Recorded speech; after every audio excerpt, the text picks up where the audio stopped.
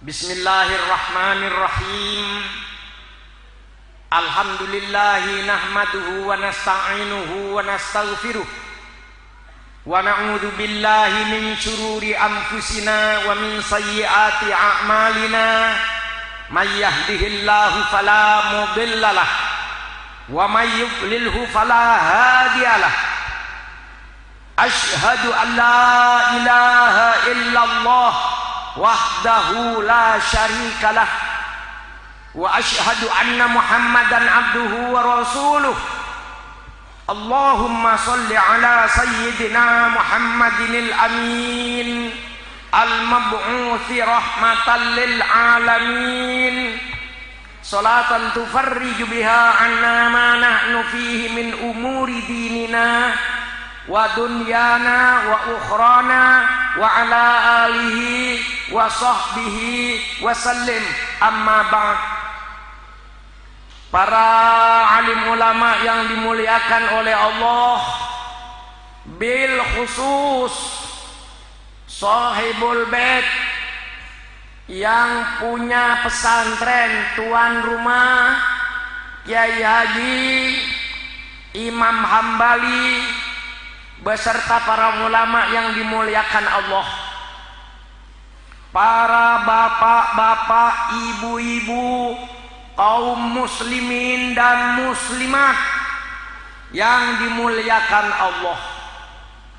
Marilah pertemuan malam ini kita mulai dengan saling tersenyum, sebab siapa yang mampu tersenyum di pagi hari akan mampu tersenyum sepanjang hari. Apalagi sabda Rasulullah, tabassumuka ala wajhi akhika, senyummu terhadap saudaramu adalah sedekah. Tapi senyum yang ikhlas karena Allah, bukan senyum yang berangkat dari hati yang bersyahwat, bukan berangkat dari hati yang kotor, tapi berangkat dari hati yang berzikir kepada Allah Subhanahu wa ta'ala. Itulah senyum persaudaraan yang akan diridhoi oleh Allah Subhanahu wa ta'ala. Walaupun kita diperintahkan tersenyum oleh Rasulullah, kita dilarang tersenyum sendirian. Itu sudah puisi.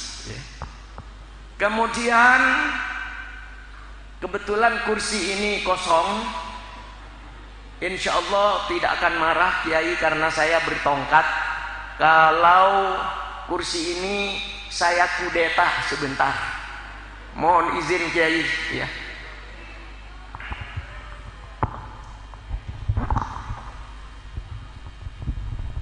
Bapak-bapak dan ibu-ibu yang dimuliakan Allah, pada malam ini kita berkumpul di sini untuk menyatakan cinta kepada hambanya Allah, utusannya Allah, yaitu Nabi Muhammad sallallahu alaihi wasallam, serta ulama kita yang tercinta yang tidak lain adalah Gus Dur Kiai Haji Abdurrahman Wahid.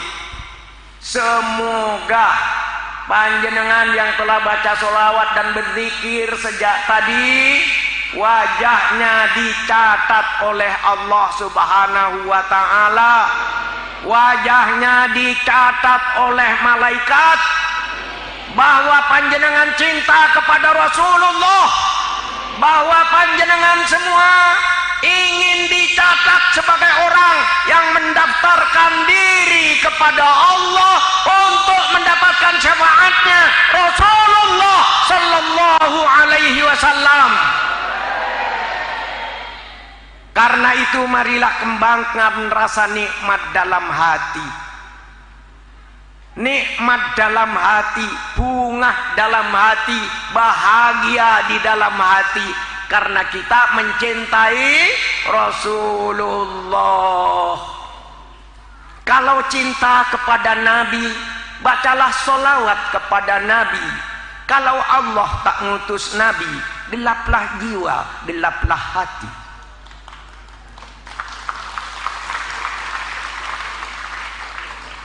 Nabi Muhammad utusan ilahi, wajahnya jernih berseri-seri.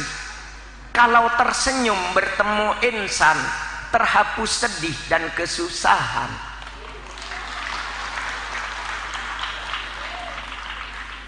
Akhlak Nabi bagai bunga-bungaan, harum semerbak tiada tandingan. Wahai Nabi, wahai junjungan, kami senang mengikut Tuhan. Ya Allah, ya Allah, ilahi Rabbi, kami mohon sepenuh hati di alam akhirat nanti, izinkan kami bertemu Nabi. Ya Allah, ilahi Rabbi, kami mohon sepenuh hati di alam akhirat nanti, izinkan kami bertemu Nabi. Amin semua. Saya senang sekali tersenyum semua dengan hati yang bersih, dengan hati yang bersih, karena memang cinta kepada Rasulullah sallallahu alaihi wasallam. Di samping itu, sesuai dengan penjelasan Bapak Kiai tadi, bahwa pada malam ini kita memperingati haulnya ulama besar Indonesia, yaitu Gus Dur atau Kiai Haji Abdurrahman Wahid. Kalau kita renungkan, kalau kita pikirkan dalam-dalam, kalau kita berpikir secara cerdas, bagaimana cintanya Gus Dur kepada tanah air Indonesia. Itu pun diajarkan oleh ayah beliau, Kiai Haji Wahid Hasyim, yang juga cintanya luar biasa kepada tanah air Indonesia. Dan mbahnya Gus Dur, Hadratus Syekh Kiai Haji Hasyim Asy'ari, juga mengajarkan cinta kepada tanah air Indonesia. Jadi ketika mbahnya Gus Dur, yaitu Hadratus Syekh Kiai Haji Hasyim Asy'ari, pada bulan Oktober 1945, 2 tahun setelah Indonesia merdeka, tentara Belanda dengan membonceng tentara Inggris datang ke Indonesia untuk kembali menjajah tanah air Indonesia tercinta. Tetapi karena wong Surabaya dan seluruh masyarakat Indonesia tidak mau tanah air Indonesia ini dijajah kembali oleh Belanda, maka rakyat Surabaya melakukan perlawanan terhadap kejahatan yang dilakukan oleh Belanda yang datang kembali ke Indonesia. Dan ternyata sudah mulai banyak korbannya. Itu pertengahan bulan Oktober 1945, 2 bulan setelah Indonesia merdeka. Kemudian setelah terjadi pembunuhan di sana sini, Hadratus Syekh Kiai Haji Hasyim Asy'ari mendapat laporan bahwa Surabaya mulai diincar oleh Belanda, bahkan banyak orang Surabaya yang mulai ditembaki oleh Belanda. Hadratus Kiai Haji Hasyim Asy'ari tidak tinggal diam. Beliau dengan rasa kasihnya kepada rakyat Indonesia, rakyat Surabaya, dan cintanya kepada kemerdekaan Indonesia, beliau lalu mengumpulkan ulama seluruh Jawa dan Madura dan mengadakan perundingan. Akhirnya difatwakan oleh Mbah Hasyim Asy'ari beserta para alim ulama, Kiai Wahab Asbullah, Kiai Bisri Sansuri, dan ulama-ulama seluruh Jawa.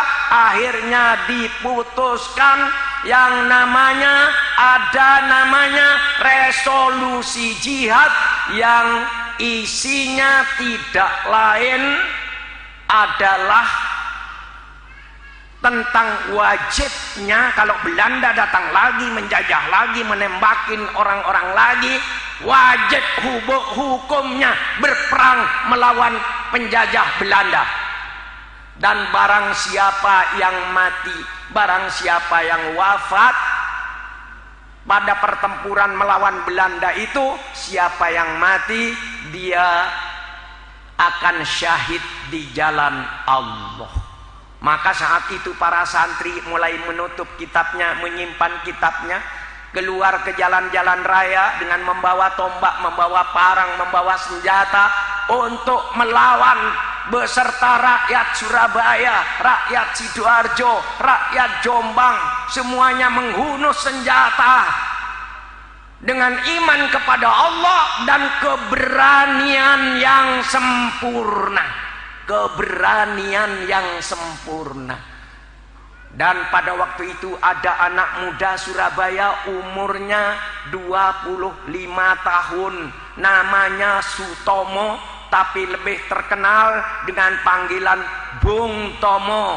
Beliau ini orang ya, anak muda yang cerdas, minta konsultasi dengan Hadratus Syekh Kyai Haji Hasyim Asy'ari, kemudian berperang melawan Belanda, jihad fi sabilillah. Itulah kenapa pesantren kita di sini diberi nama Al-Jihad. Tapi Rasulullah bersabda, afdalul jihadi ayyujahidar rajulu nafsahu wa hawahu. Sesempurna-sempurna, seutama-utama jihad ialah jihad kamu berjihad memerangi hawa nafsunya. Jadi panjenengan kesini tetap melakukan jihad pada malam ini, menyingkirkan semua keinginan-keinginan yang keliru, ingin meluruskan perjuangan untuk mendapatkan ridhonya Allah dan mendapat syafaatnya dari Rasulullah Sallallahu Alaihi Wasallam, dari jauh, dari Magetan, dari Kediri, dari Madiun, dari Jombang, dari Lamongan, dari Malang, dari Pasuruan datang ke tempat ini untuk bisa meluruskan tujuan untuk mendapatkan ridhonya Allah. Jadi itulah Mbah Hasyim Asy'ari. Jadi Bung Tomo kemudian begitu Belanda datang lagi, sesuai yang diamanatkan oleh Kyai Hasyim Asy'ari, Bung Tomo berteriak Allahu Akbar, Allahu Akbar, Allahu Akbar. Artinya pelurunya Belanda kecil, tank-tanknya Belanda yang menembakkan metraliur kecil, bom-bom yang dijatuhkan oleh pesawat terbangnya Belanda kecil, bahkan maut pun kecil. Yang besar hanya Allah Subhanahu wa ta'ala. Allahu Akbar, Allahu Akbar, Allahu Akbar. Itulah hasil fatwanya Mbah Hasyim Asy'ari yang kemudian membuat Belanda kecil, maut kecil, yang besar hanya Allah. Kita sekarang tetap bertahan dalam kondisi seperti itu. Semua godaan adalah kecil, setan pun kecil, yang besar hanya Allah Subhanahu wa ta'ala. Karena itu Mbah Hasyim Asy'ari menjadi pahlawan nasional. Wakilnya Kiai Wahab Hasbullah yang mengajarkan hubbul waton minal iman. Cinta tanah air adalah sebahagian dari iman. Kiai Haji Wahab Hasbullah menjadi pahlawan nasional. Semua yang gugur dalam perang 10 November adalah pahlawan. Itulah ibu-ibu sekalian. Nah, cucunya Mbah Hasyim Asy'ari ini yang bernama Gus Dur, Kiai Haji Abdurrahman Wahid. Beliau sempat menjadi presiden reformasi. Dan setelah kita renungkan, Gus Dur meninggalkan kita, tapi Gus Dur tidak hilang dalam hati kita. Seolah-olah kita bilang kepada Gus Dur, tahu bedanya Gus Dur dengan Garuda? Apa bedanya? Seandainya Gus Dur hidup, kalau Garuda cukup di dadaku Gus Dur, tapi Gus Dur yang dalam hatiku. Subhanallah. Jadi kalau kita renungkan jasanya Gus Dur kepada Indonesia, setelah kita renungkan, Gus Dur adalah anugerah Allah terbesar bagi bangsa Indonesia. Seperti Pak Karno dan Pak Hatta, proklamator yang mencanangkan kemerdekaan Indonesia. Pak Karno, Pak Hatta, Gus Dur adalah anugerah-anugerah besar Allah kepada bangsa Indonesia. Gus Dur ini, kalau melihat Gus Dur, indahnya Gus Dur, jangan menggunakan mata kepala. Imam Al-Ghazali mengatakan, keindahan dan keindahan tidak sama. Ada keindahan yang bisa dilihat dengan mata kepala. Kalau melihat yang dengan mata kepala, dalam melihat mawar mekar tersiram embun di pagi hari, manusia akan kalah dengan kumbang dan kupu-kupu. Tapi keindahan yang sebenarnya, keindahan yang hakiki adalah keindahan yang dilihat dengan mata batin. Dan kalau melihat Gus Dur dengan mata batin, ternyata Gus Dur adalah lelaki yang paling gagah di Indonesia. Tapi melihatnya dengan mata hati. Karena apa? Karena cintanya kepada bangsa dan tanah air, sebagaimana yang diwariskan oleh kakeknya Mbah Hasyim Asy'ari. Gus Dur sangat cinta kepada bangsa Indonesia. Itulah Gus Dur yang mempunyai hati yang bersih. Difitnah, dicaci maki, Gus Dur tidak marah. Karena apa? Karena Gus Dur berlanjut dari cita-cita, dari ajaran, dari Sunan Derajat. Sunan Derajat ngendika, dadiya sira wong sing isa rumangsa, aja dadi wong sing rumangsa isa. Jadi Gus Dur itu manusia yang isa rumangsa, bukan rumangsa isa. Kenapa? Karena dengan rumangsa iso, hati yang dekat dengan Allah dicaci maki. Kemudian Gus Dur diturunkan, Gus Dur tidak marah. Gus Dur diangkat ya sebagai presiden, kemudian diturunkan. Gus Dur tidak menaruh dendam kepada orang-orang yang menurunkannya. Kenapa? Karena Gus Dur tidak pernah mempertuhankan kekecewaan. Tuhannya Gus Dur tetap Allah Subhanahu wa ta'ala. Dikecewakan seperti apapun, Gus Dur tetap cinta kepada Indonesia, tetap cinta kepada rakyat Indonesia. Karena Gus Dur bukan hanya miliknya orang Jawa. Kalau kita ke Manado, ada tulisan di Manado, si tahu, tu mau, ti mau, tahu. Kalau dipercepat, si tahu, ti mau, tu mau, tahu. Apa artinya itu? Saya bukan orang Manado, tapi pernah ke Manado. Artinya, kata orang Manado, orang hidup harus mampu menghidupkan orang lain. Gus Dur bukan hanya ketika hidup menghidupkan orang lain, setelah beliau wafat, Gus Dur masih bisa memberi makan kepada orang yang berjualan di sekitar makamnya Gus Dur. Gus Dur bisa memberikan barokah dari Allah bagi penulis cerita-cerita buku-buku tentang Gus Dur sampai ke humor-humornya Gus Dur, semua membawa barokah kepada yang menulis buku, kepada yang menerbitkan, kepada yang menjual buku, kepada toko buku, juga memberi kecerdasan kepada orang yang menjual buku. Saya hanya dikasih waktu setengah jam, jadi berarti tinggal 15 menit. Kemudian bagaimana disuruh baca puisi, sementara puisi tentang resolusi jihad itu sudah 15 menit, tak mungkin ya. Sementara saya sudah 14 hari keliling rumah, keliling meninggalkan rumah. Saya ini jarum super, jarang di rumah, suka pergi. Ya sudah. Jadi hari Rabu yang lalu pagi hari mengajar di UNESA, besoknya maulid di UNER, besoknya di Kementerian Agama, dan di El Victor. Ada dulur El Victor wonten ngriki nggih.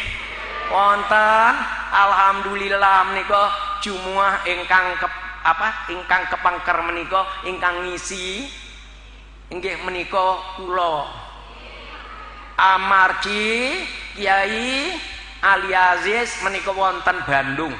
Saya lanjutkan. Jadi itulah Gus Dur, tidak punya dendam kepada siapapun.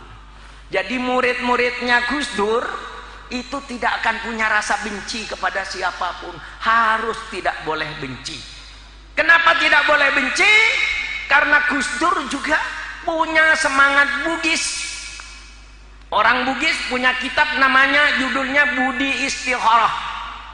Dalam kitab Bugis itu disebutkan akininna wa patujuko, memadekeng kalawing ngati. Orang Jawa tidak ngerti apa maksudnya. Saya untuk ngerti harus belajar bahasa Bugis dulu. Apa artinya itu? Katanya, berpikirlah kamu dengan hati yang jernih, maka kebaikan akan mewarnai hatimu. Berpikir dengan hati yang jernih, berpikir sambil berzikir kepada Allah. Jadi berpikir tidak cukup. Berpikir itu harus disertai dengan berzikir, ingat kepada Allah, agar orang itu tidak tersesat. Daripada kita merasa benar di jalan yang sesat, kita lebih bagus merasa sesat tapi di jalan yang benar ya. Merasa sesat tapi di jalan yang benar. Gus Dur itu berpikir dengan hati yang jernih. Apa tandanya hati yang jernih? Bapak-bapak dan ibu-ibu, hati yang selalu ingat kepada Allah, hati yang jernih seperti yang diajarkan oleh Gus Dur, yaitu siapa yang punya hati yang jernih, yang ingat kepada Allah, tidak punya waktu untuk membenci orang lain. Siapa orang punya hati yang jernih karena berzikir kepada Allah, tidak akan punya rasa benci seujung jarum pun kepada orang lain. Orang yang hatinya bersih tidak akan nempeleng istrinya. Orang yang hatinya bersih kalau memasak sambil berzikir, semoga masakan ini ya Allah menjadi sedekah saya untuk suami saya. Itu kalau ikut Gus Dur. Jadi kalau ikut Gus Dur menjadi suami istri yang sangat serasi dengan Ibu Nuriyah, ya, menjadi suami yang bertauhid, menomorsatukan Allah. Bagaimana bentuknya? Suami bukan pujaan, istri bukan idaman, suami istri teman berjamaah dalam mengagungkan Allah. Jadi ketika suami membaca waladhdallin di depan, istri akan mengucapkan amin di belakang. Itulah suami istri yang mengagungkan Allah, yang dicontohkan oleh Gus Dur. Dan siapa suami istri yang sama-sama mengagungkan Allah, laksana dua butir embun dari ufuk yang berlainan, yang kemudian bersatu dalam sekuntum mawar. Maka kalau suami akan pergi, sebagaimana ketika Gus Dur mau pergi ke Amerika, mau pergi ke Mesir, keliling dunia, seolah-olah beliau berkata kepada Ibu Nuriyah, Nuriyah cintaku. Saya ucapkan ketika haul Gus Dur di Jakarta begitu, di depan Bu Nuriyah, Nuriyah cintaku, kalau mendung hitam sudah di atas kepala, jangan larang hujan turun ke bumi. Kalau angin bertiup dengan kencangnya, jangan larang daun-daun kering berguguran. Kalau senyummu istriku selalu mekar dalam hatiku, laksana melati yang harum, jangan larang aku akan tetap setia dan rindu padamu. Cinta yang karena Allah. Kemudian cintanya Gus Dur kepada bangsa Indonesia bagaimana? Nah, ini merupakan kelanjutan dari pemikiran Kiai Haji Abdul Wahab Hasbullah. Saya bacakan puisi ini ketika pembukaan Muktamar Nahdlatul Ulama di Jombang, yang mengisi itu puisi. Bagaimana puisi cinta tanah air?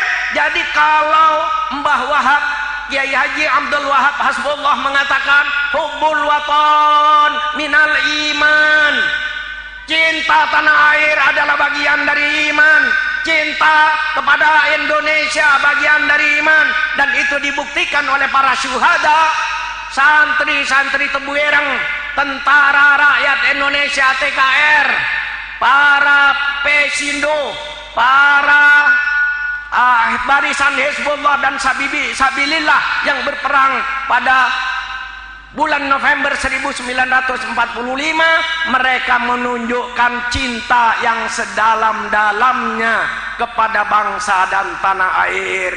Ajaran Mbah Wahab Hasbullah, cinta tanah air, cinta Indonesia, dan itu dibuktikan oleh Gus Dur, cinta kepada Indonesia. Kenapa kita harus cinta kepada Indonesia? Kenapa kita harus cinta kepada bangsa dan tanah air? Ingin tahu jawabnya? Kenapa kita harus cinta kepada Indonesia? Jawabnya adalah puisi. Kita minum air Indonesia menjadi darah kita. Betul?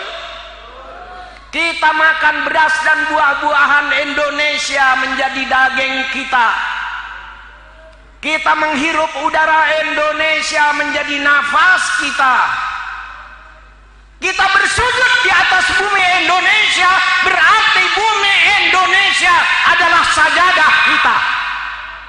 Dan bila tiba saatnya kita mati, kita semua akan tidur dalam pelukan bumi Indonesia.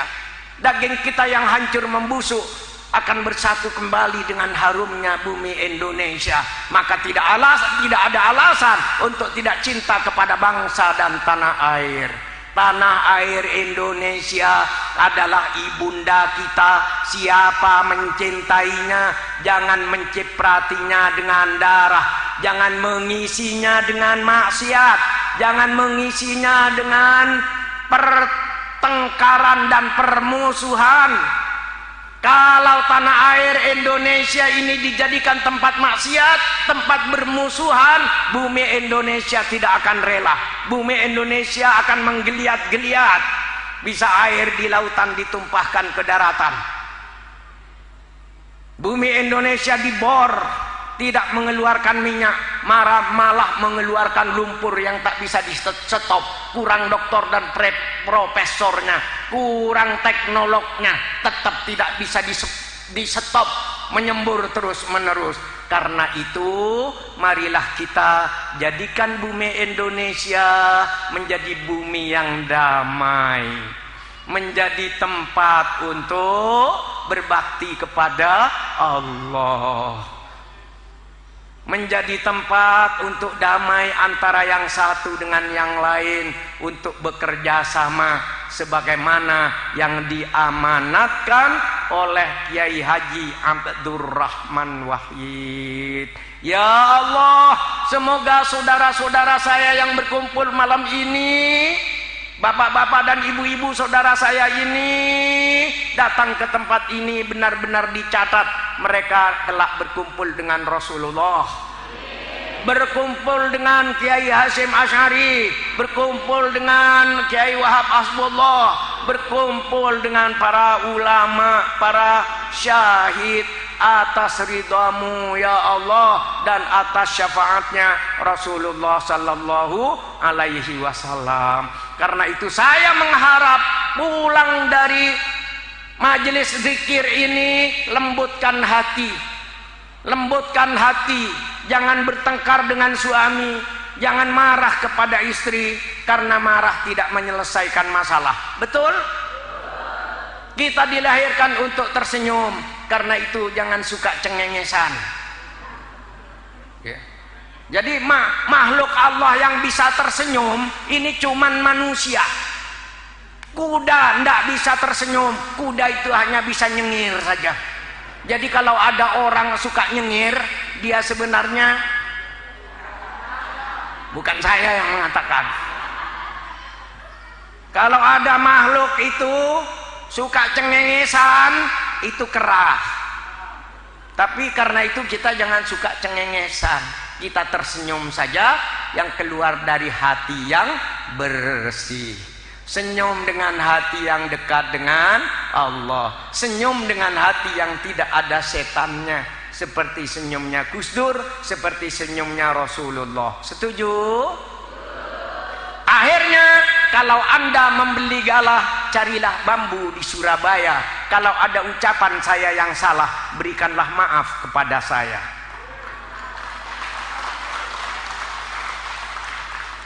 Saya sudah 14 hari meninggalkan rumah. Izinkan bertemu dengan cucu saya dan neneknya cucu saya. Kalau ada telur dipanggang, petiklah remah beserta ragi. Kalau kita ditakdir berumur panjang, insya Allah di Al-Jihad saya akan ceramah lagi. Malam ini saya diundang di Museum NU, ya, dan saya kurator di sana. Karena terlalu sering ngisi di sana, saya tolak dulu. Aku di Al-Jihad sajalah dulu, ingin ketemu dengan jamaah baru, dengan bapak-bapak dan ibu-ibu. Pulau Jawa, Pulau Sumatera, Kalimantan dan Sulawesi, itulah nama-nama pulau. Saya mau pulang ke Madura malam ini, ya. Sebelum subuh doakan sudah tiba di rumah, ya, ketemu, mencium cucu, ya, cucu.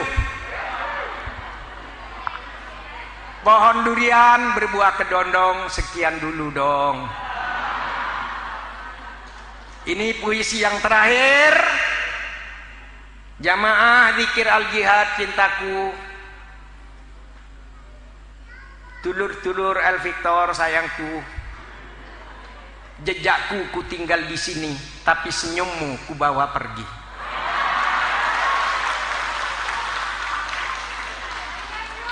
Ngapunten Kiai Hambali, ngapunten. Wallahul muwaffiq ila aqwamit thoriq. Wassalamualaikum warahmatullahi wabarakatuh.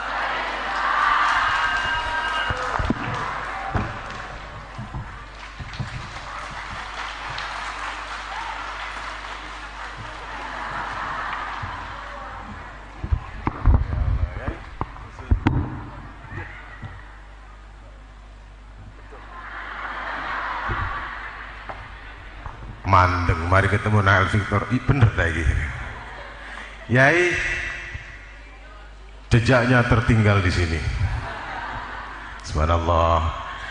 Hadirin yang kami muliakan, ceramah agama yang pertama dari budayawan dan sastrawan yang sangat dikenal oleh bukan masyarakat Indonesia, tetapi dunia sudah mengenalnya. Karena beberapa waktu yang lalu beliau sempat dinobatkan sebagai pembaca puisi terbaik tingkat Asia, yakni ketika beliau membacakan puisi untuk ibu. Sekali lagi, Allahumma sholli ala Muhammad. Tepuk tangan buat beliau. Hadirin yang kami hormati, mari kita sama-sama mengikuti ceramah yang kedua. Partner.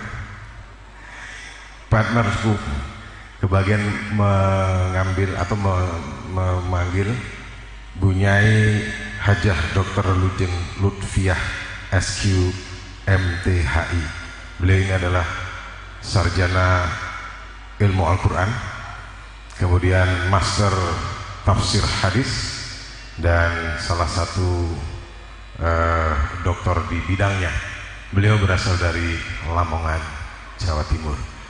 Kita akan menyimak ceramah beliau sebentar lagi dan tetap di acara Zikir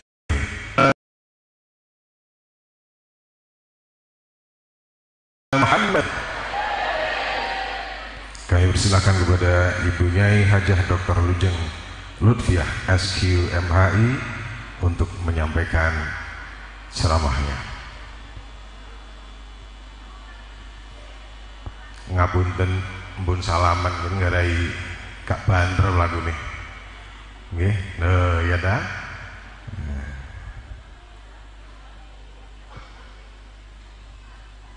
Hadirin yang kami muliakan, luar biasa karena pada kesempatan hari ini baru pertama beliau hadir di sini ya.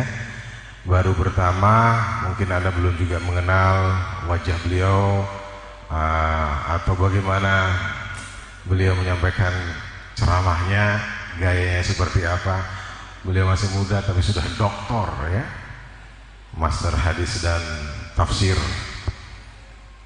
Baik, sudah ada di atas panggung beliau. Allahumma sholli ala Muhammad.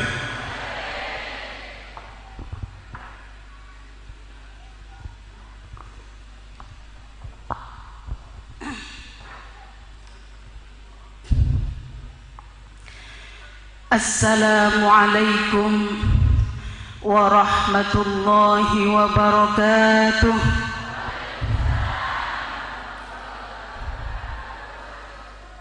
A'udzu billahi minasy syaithanir rajim. Bismillahirrahmanirrahim. Alhamdulillahil qail fi kitabihil karim. أعوذ بالله من الشيطان الرجيم. بسم الله الرحمن الرحيم. إن الله وملائكته يصلون على النبي يا أيها الذين آمنوا صلوا عليه وسلموا تسليما. اللهم صل وسلم وبارك على سيدنا محمد وعلى آله وصحبه أجمعين.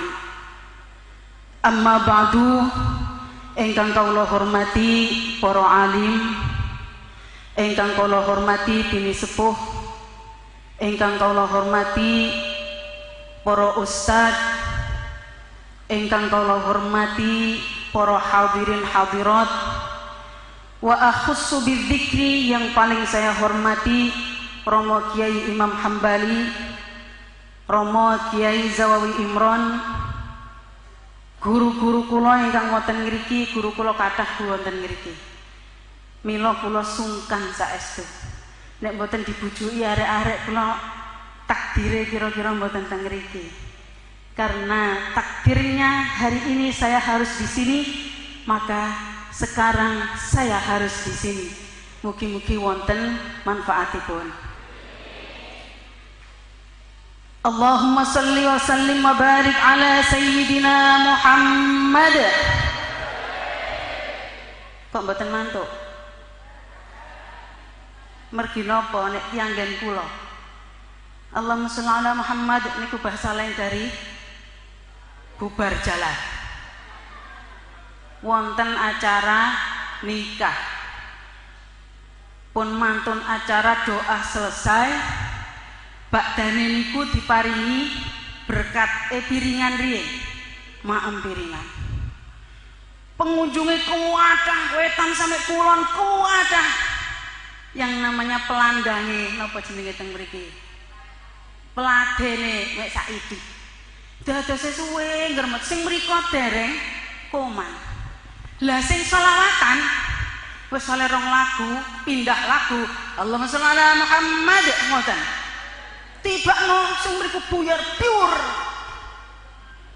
mergane Allahumma sholli ala Muhammad niku diartekno bubar jalan jenengan bubar napa mboten alhamdulillah kula remen sangat wonten ing mriki nembes pindah niki kula ngriki sangat-sangat meresap napa ingkang dipun waos kala wau istighosah sholawat luar biasa kula emot isin nek sering ana sholawat niku kadang-kadang digeguyon ya nabi sallallahu gini jenengan nggih wonten sing ngoten nggih kula nggih kathah kadang-kadang kula dhewe rang-reken dosa mboten medhit nek ana sholawat diwaca kene malah gak gubres medhit sementara kita lihat selebriti mawon gitarolis natos pirsa jenengan gitarolis wah khusyuk oleh sholawat oleh muji Allah hasbi rabbi jallallah monggo ma fi qalbi illallah alal hadi sallallahu la ilaha illallah cukup bagiku Allah di hati ini hanya ada Allah bujui lawang doa ini si ono TTM napa TTM itu teman tapi mesra kok apa jenengan lagi jangan-jangan santri keranji temenan santri keranji ya Allah subhanallah sing keranji sing dek kena di sini aku gak bimbo ketika menyanyikan sholawat kerinduan terhadap Rasul begitu khusyuk kita sing biasa maca Quran sing biasa dibaan isin terus nanti nyanyiane bimbo niku rindu kami padamu saged monggo rindu kami padamu ya Rasul rindu tiada terperi berabad jarak darimu ya Rasul serasa engkau di sini ngoten nggih niki wau masya Allah ketika sholawat dikumandangkan istighosah masya Allah dilafatkan sholawat terus ket mulai awal ngantos niki wau kados Rasul wonten teng mriki alhamdulillah yang ngerti khusyuk seakan-akan Rasul ada di sini niki wonten ceritane kula tak cerita saiki riyen di zaman Belanda kula diceritani wong kula gak diundang mergo durung lahir di zaman Belanda niku wonten ketika itu kan setiap perkumpulan pasti harus ada izin malam jam sekian sudah harus tutup rumah nggak boleh ada pertemuan ternyata wonten sing dablek tetep gawe hadroh tenggine salah satu musola wah yang Belanda romono marah naik pita moro langsung tenggine musola niku ternyata apa yang terjadi wong londoy malah meneng tenggiri jere wong sing jero lapo wong lonte kudu delok dilungkas delok ternyata mboten mendo mawon setelah itu malah kelimpis mule dan diluk teko malih malah nggawa ana ote-ote ana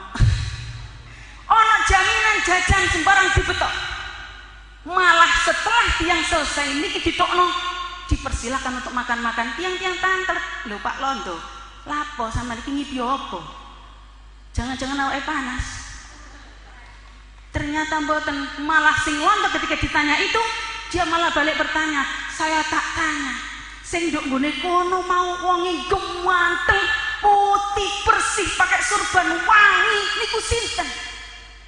Lah wong-wong sing ditakoni bengok lha kene sing hadran ket mau ora ro sapa-sapa. Lho malah wong londo sing ro niki kula diceritani Bu. Pas Neno Warisman jenengan pirsa sing sakniki pun sepuhan pirsa. Neno Warisman ketika menikah, kita kebetulan diundang ke sana, diceritani oleh salah seorang yang waktu itu diundang oleh Neno Warisman untuk hadroan teng manten. Tiang-tiang bingung sapa jere wong putih tengah-tengah niku yang ada di situ wong gak ana sing ngerti sapa kene gak ana sing bening koyo ngono butek-butek kabeh. Koyo kula mblesek butek ngelundhek. Wes mantep nggih. Nggih. Mantun niku tiang-tiang tangkel tengene salah seorang kiai ditangkel kiai. Wow, dalu niku kisahnya seperti diceritakno. Kiai ngendikan ngeten, Masya Allah subhanallah. Iku ngono Rasulullah. Wow, merintih. Milo ketika mahallul qiyam tiang ngadeg, nggih mboten? Sewatnya ya Nabi salam alaika koyok-koyok ada di situ. Koyok-koyok ada di situ memang iya. Karena kata Nabi, "Ma min ahadin yusallimu alayya illa raddallahu alayya ruhi hatta arudda alaihi salam." Sapa wae wong muslim bersolawat kepadaku, maka Allah mengembalikan rohku kembali untuk aku bisa menjawab salam orang itu. Pun paham? Ketinek salawatan serius nggih. Karena Rasul dibalik norohe oleh Allah untuk bisa menjawab salam kita. Bu napa to nggone nang Madinah sedoyo saiki ndek kene kata siapa? Lah wong saiki bluetooth lho. Cek gampang nggih mboten? Subhanallah, kok iso ngono? Duh, kok jangan-jangan sesuk jenengan nyekel Nagosari di bluetooth nang ngene Lamongan kono sapa ro? Dulu sesuatu yang mustahil sekarang terjadi. Ya apalagi sekedar salawat yang Allah mengembalikan ruhnya. Apa sih yang enggak buat Allah? Nggih mboten? Apa yang enggak buat Allah? Rasul dikembalikan ruhnya untuk bisa menjawab salam kita. Subhanallah. Suweneng nggih mboten? Mangga ngomong jarani pelit kepada dirinya sendiri kalau gak gelem sholawat mergi napa. Ibaratnya sebuah gelas. Rasul ngono sakjane ngene wis nggone rahmat. Tapi kenapa masih kita curi rahmat di situ? Dicuri, didongakno karena otomatis gelasnya kebek jadi amber. Ketika amber, kita yang ada di sekelilingnya itu yang dapat. Ngoten nggih? Nggih. Allahumma sholli ala Muhammad.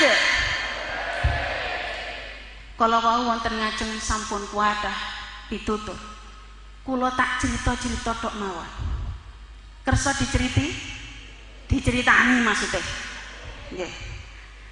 Hadirin hadirat ingkang kula hormati, dosa yang pertama kali dilakukan oleh makhluk Allah adalah dosanya iblis karena sombong, tidak mau sujud hormat kepada Nabi Adam yang baru pertama kali diciptakan. Nggih napa mboten? Dosa pertama yang dilakukan oleh makhluk maksudnya adalah dosa karena sombong, merasa lebih baik dari orang lain. Maka Allah tanya, qala ya iblis ma mana'aka an tasjuda lima khalaqtu biyadai. Lapo iblis sampean kok mau sujud hormat nang ngene seseorang yang telah aku ciptakan dengan kedua tanganku? Lapo kok gak gelem? Astakbarta am kunta minal 'alin. Apa kamu sombong ataukah kamu tergolong yang mulia, tergolong mereka yang mulia? Jawabannya iblis, ya Allah, qala ana khairum min, saya lebih baik dari dia ya Allah. Khalaqtani min narin wa khalaqtahu min tin. Engkau menciptakan aku dari api, lan jenengan ciptakno Nabi Adam hanya dengan tanah. Lesek mulia aku. Karena itulah maka jin dilaknat oleh Allah. Dilaknat oleh Allah sampai hari kiamat. Ibu-ibu, bapak-bapak sekalian, diakui atau tidak, dosa tersulit untuk ditangani, dosa tersulit untuk ditangani adalah berkaitan dengan hati, nggih niku wau, rasa lebih baik dari orang lain. Termasuk sampai wong sing pinter sundul langit, alim kaya apa, niku yang paling sulit. Kalau dosa menurut nek kangge wong alim, zina, mencuri, napa malih, saya kira relatif sangat kecil kemungkinannya kangge wong alim. Tapi nek mongkroke ati rumangsa lebih dari orang lain, niki sing luar biasa diperjuangkan mati-matian oleh ulama, oleh orang-orang alim untuk tidak ada di hati mereka.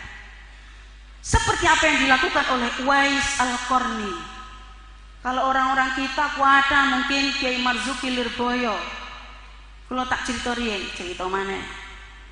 Uwais Al-Qarni pirsa mboten? Pirsa. Lho mboten Kang Buntu niku ta. Uwais Al-Qarni adalah seorang tabi'in.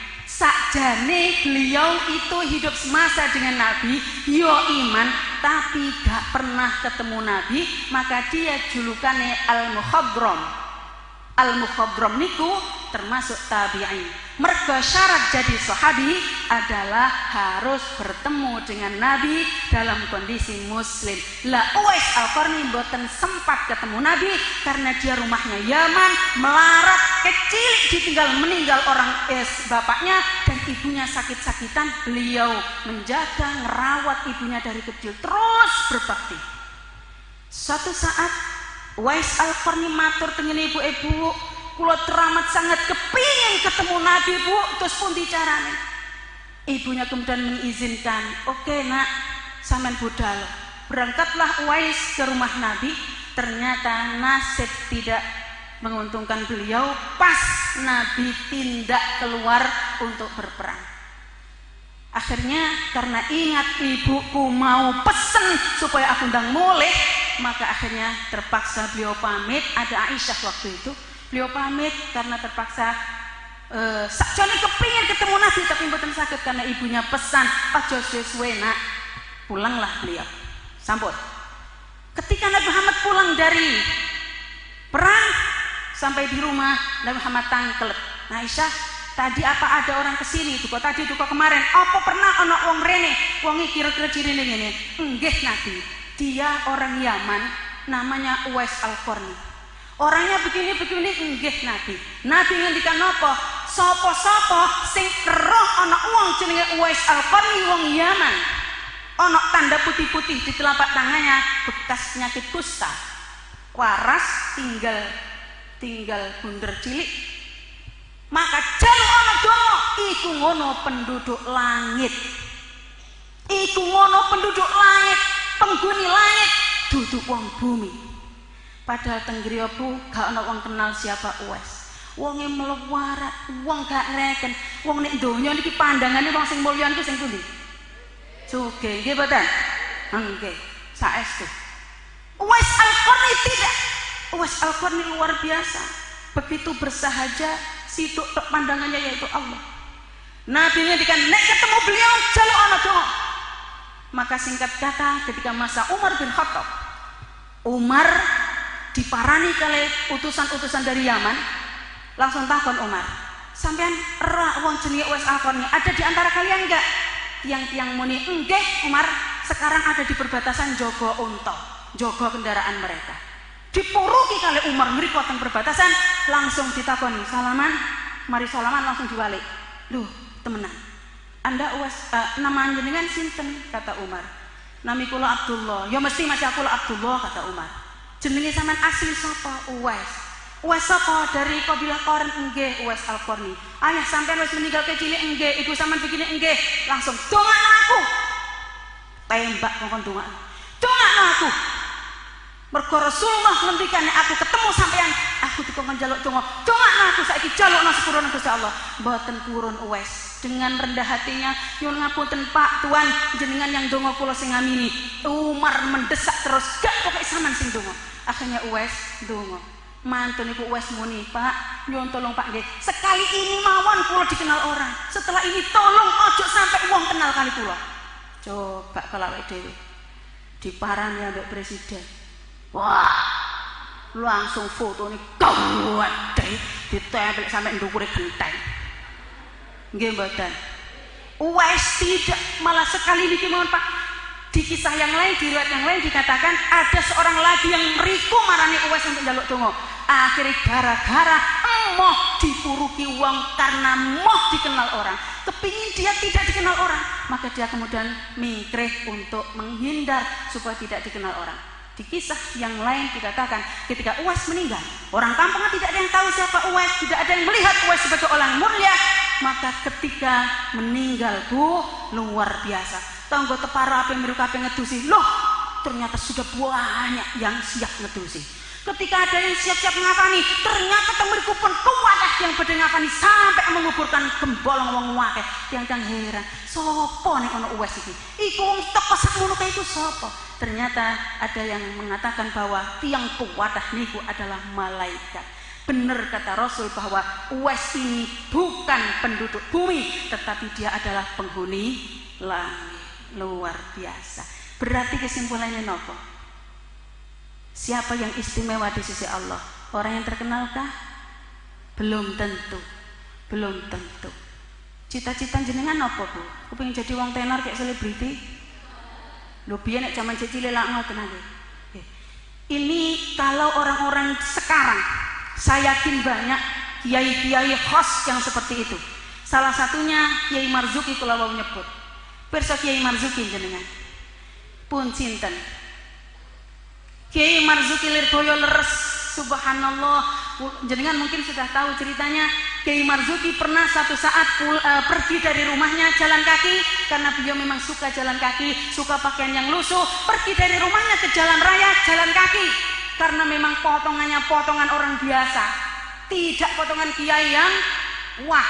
Maka di pinggir jalan ada santri baru yang datang, gowo bangkelan, gowo nopo, digawa mondok. Turun dari mobil, ketok anak wong tua teng pinggir jalan, langsung beliau bilang, langsung si santri bilang, Pak, gotongno koper kula. Lah napa Bu? Aneh nggih. Pak, gotongno koper kula. Apa kata Kiai Marzuki tanpa ada ekspresi yang berubah, dengan begitu ikhlas? Nggih Kang. Jenengan dikonokno murite? Nggih Kang. Digawakno niki koper. Dibeto siji ngangkat apa siji ngangkat tengene pondok. Dugi pondok, Masya Allah santri-santri mabur miber. Gara-gara gak mentolo kiyaine.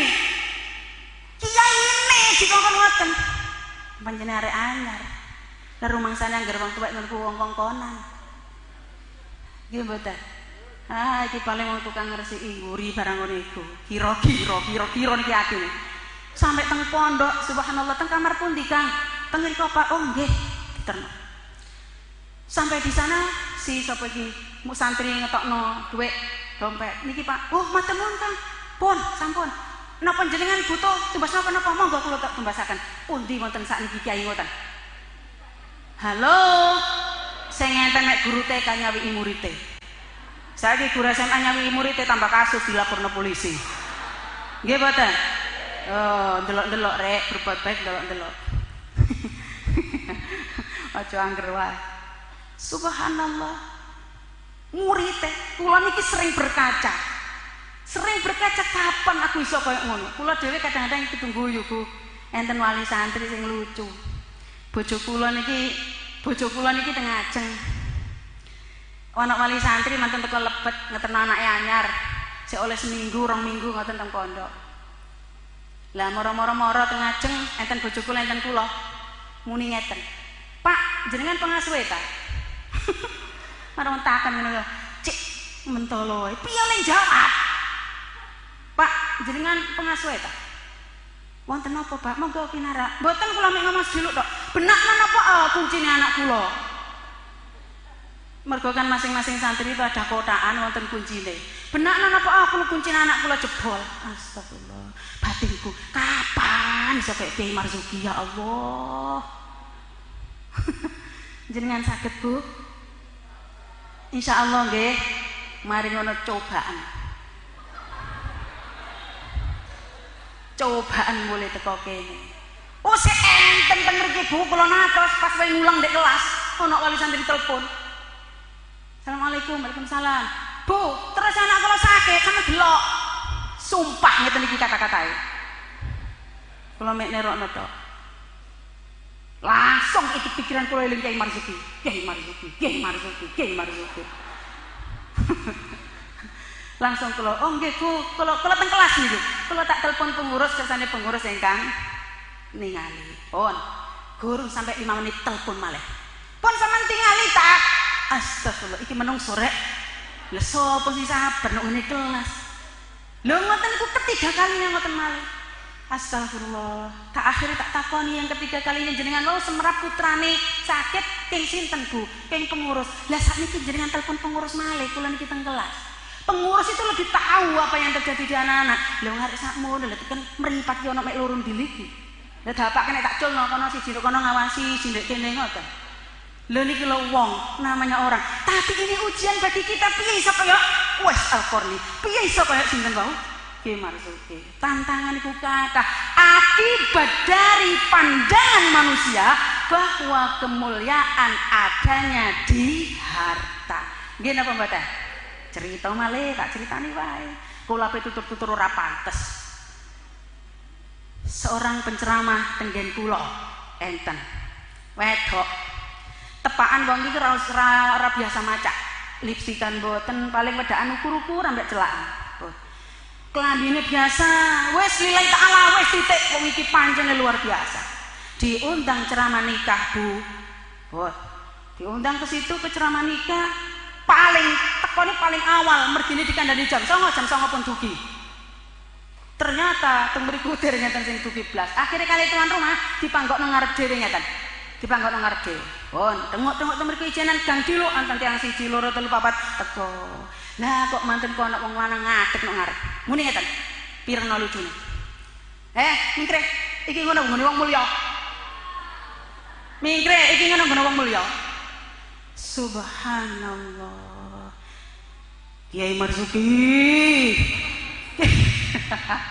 mikre iki ngono nggone wong mulya karena dia orang yang taat tamu abaif kal mayit tamu itu seperti mayit kudu manut kon mengguri tepaan sing guri kene pun kebo akan mengguri saestu teng guri dhewe pun giliran kemudian mulai MC mulai sambutan MC ini langsung mari ketika sambutan dilaksanakan MC ini langsung tenggene tuan rumah Bu endi penceramah ora teko lho ket awal sono nang ngarep ayo nanti goleki kewalain geblek-gelepek nang ngene guri ternyata mentil nggone apa nggone nyempil ngono kliris nyun ngapunten sorry salah kebrosot omongan wis aja mikir res wis pokoke ngono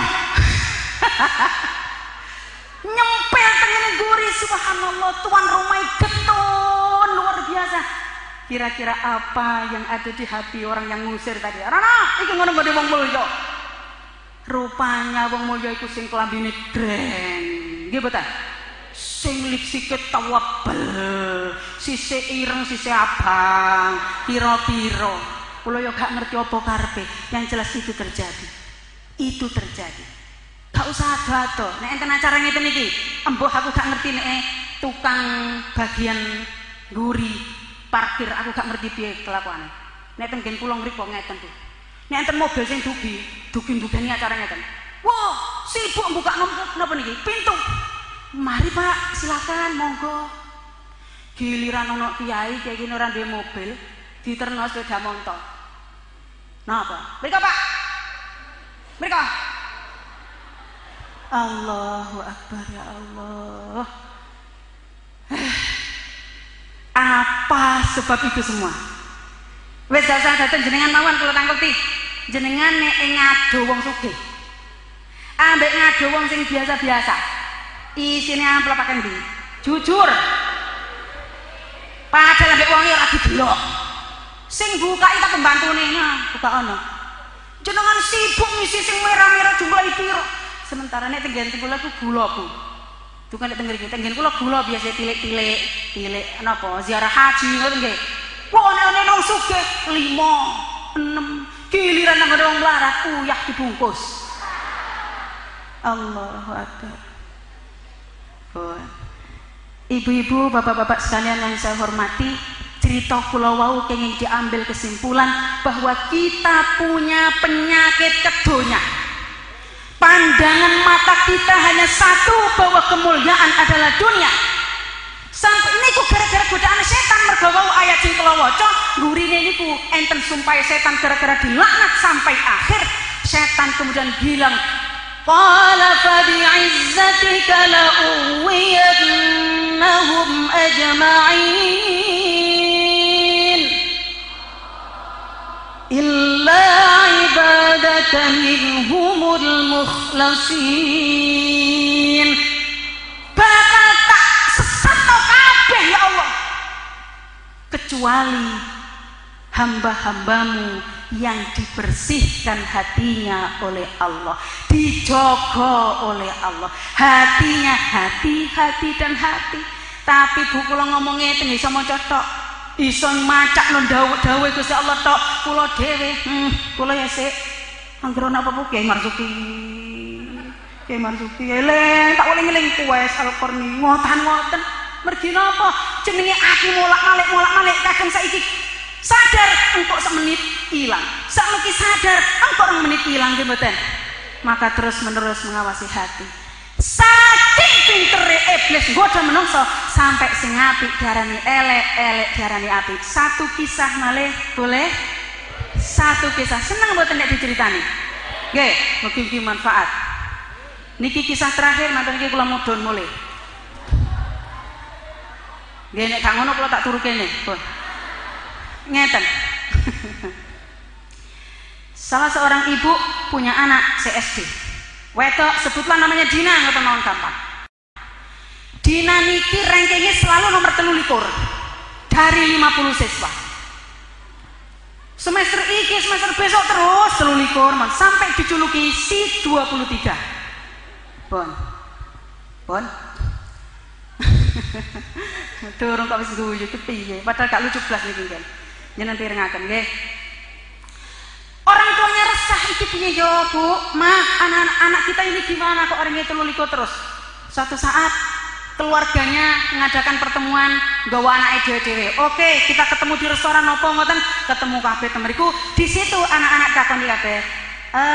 Misalnya arek jenenge Siti, cita-cita kamu apa? Kabeh takoni enten semuni. Aku pengen jadi presiden, aku kepengin jadi pengusaha besar, aku pengen jadi dokter, pengen pilot dan lain-lain. Giliran Dina lan apa? Mboten gubers niku. Dia sibuk ngewangi arek cilik-cilik, didulang arek cilik-cilik diramut. Akhirnya guru dhewe, Dina, kamu kok belum bilang apa cita-cita kamu? Ternyata napa cita-citanya? Saya kepingin jadi guru TK. Bapak nih yang nuwun sewu.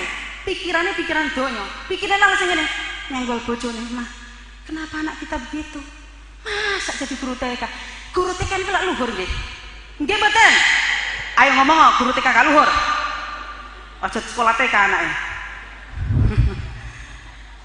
Cita-cita menjadi guru itu kan luhur. Sampai pun guru TK aja dinyek. Tapi ibu bapak niku melihat itu sebagai cita-cita yang terlalu rendah. Ketika ditanya cita-cita kamu yang kedua apa, Dina? Jawabannya pingin jadi ibu yang pakai celemek gambar Doraemon di sini lalu masak. Coba, loh senyum nggih panjenengan. Mboten terima senyum ketawa. Kalau sore malam saya akan membawa anak-anak saya ke teras untuk melihat bintang. Lalu kemudian saya bawa ke tempat tidur, akan saya bacakan dongeng untuk anak-anak saya sampai tidur. Itu cita-cita kedua.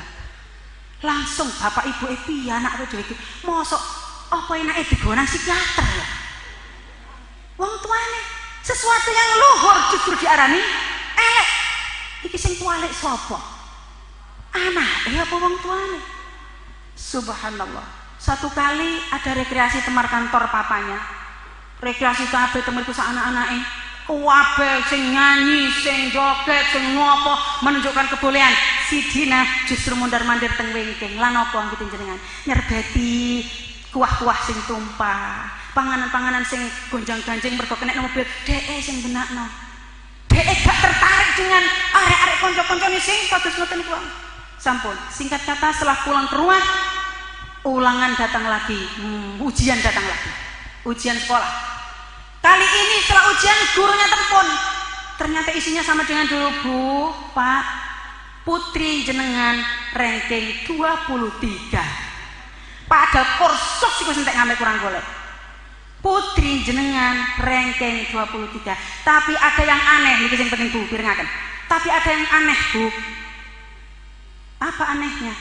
Di salah satu ujian bahasa Indonesia ada soal tambahan, isinya soal adalah anak-anak semuanya tolong sebutkan siapa teman kalian yang paling kamu sukai. Ternyata sak kelas nyebut Dinasi 23. Subhanallah. Apa alasannya? Karena disuruh menyebutkan alasan. Alasannya ternyata teman sekelas suka banget karena Dina tukang membantu orang, suka berbuat baik kepada orang, enggak pernah menjengkelkan orang. Subhanallah. Sampai kemudian anaknya datang, kali ibunya dirangkul, ibunya muni ngeten, "Nak, suatu saat kamu pasti menjadi pahlawan."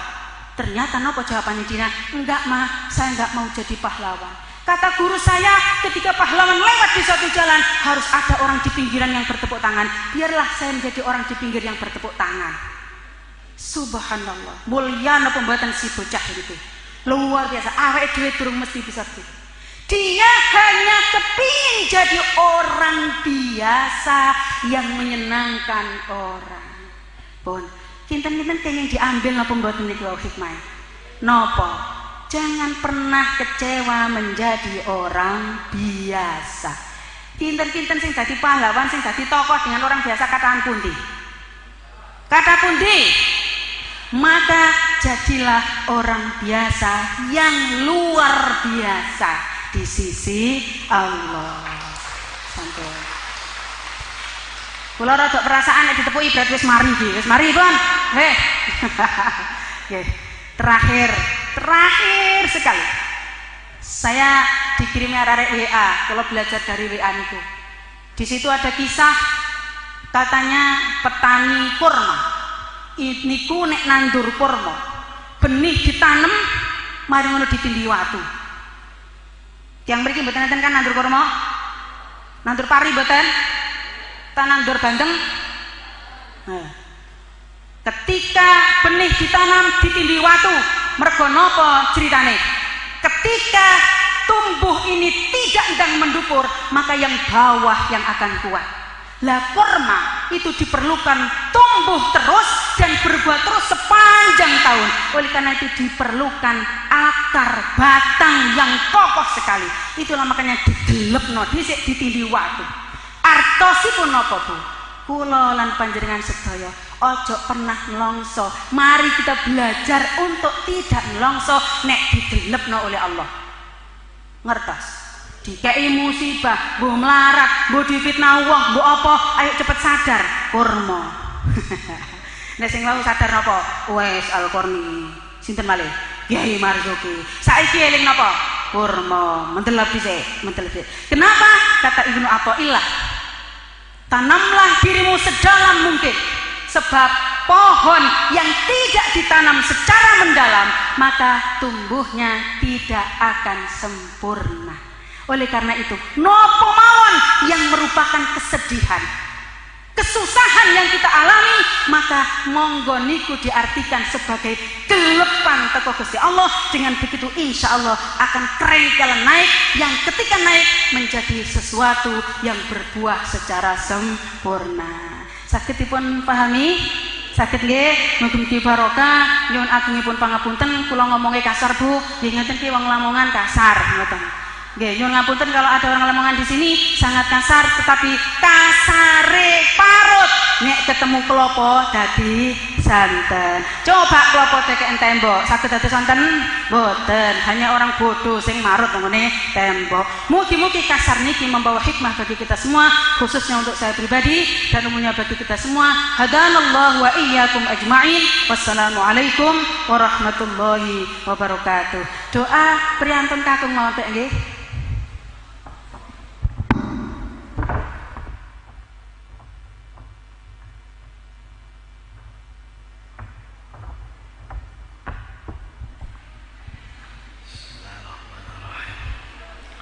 Al-Fatihah. A'udzu billahi minasyaitonir rajim. Bismillahirrahmanirrahim. Alhamdulillahirabbil alamin. Shiratal ladzina an'amta 'alaihim ghairil maghdubi 'alaihim waladdallin. Amin. Allahumma shalli wa sallim wa barik ala sayyidina Muhammad. Walhamdulillahi rabbil alamin. Allahumma ighfir lana dzunubana wa liwalidayna warhamhuma kama rabbayana shighara. Allahumma zidna wala tangkusna. Ya Allah, tambahkanlah kepada kami, tambah kuat imannya, tambah banyak syukurnya, tambah ikhlas amalnya, tambah khusyuk ibadahnya, tambah barokah hidupnya, tambah ilmunya, sehingga menjadi orang yang pandai mengambil hikmah. Ya Allah, wala tangkusna, ampun panjenengan sudo ya Allah, ampun panjenengan sudo ya Allah, panjenengan tambahi murah rezeki, taman panjenengan tambahi kesehatan, menjadi orang yang panjang umur dan husnul khotimah. Rabbana atina fid dunya hasanah wa fil akhirati hasanah wa qina adzabannar.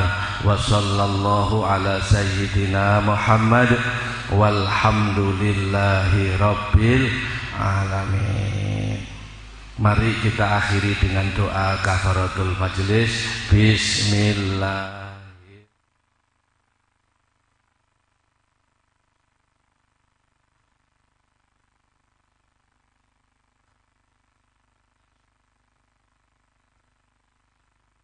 Sebanyak-banyaknya kepada beliau, karena dijelaskan dalam hadis pula bahwasannya barang siapa yang bersolawat kepada Rasulullah, maka Allah akan mengembalikan ruh Rasulullah untuk menjawab salam tersebut. Nah, jamaah kiswah, mari di bulan kelahiran Nabi kita ini kita bersolawat bersama-sama sebanyak-banyaknya untuk Rasulullah sebagai tanda cinta kita kepada beliau. Nah, jamaah kiswah, itulah tadi cuplikan nasihat yang disampaikan oleh Romo Kiai Haji Zawawi Imron dan juga Ibu Nyai Haja Lujeng Lutfiah dari Lamongan.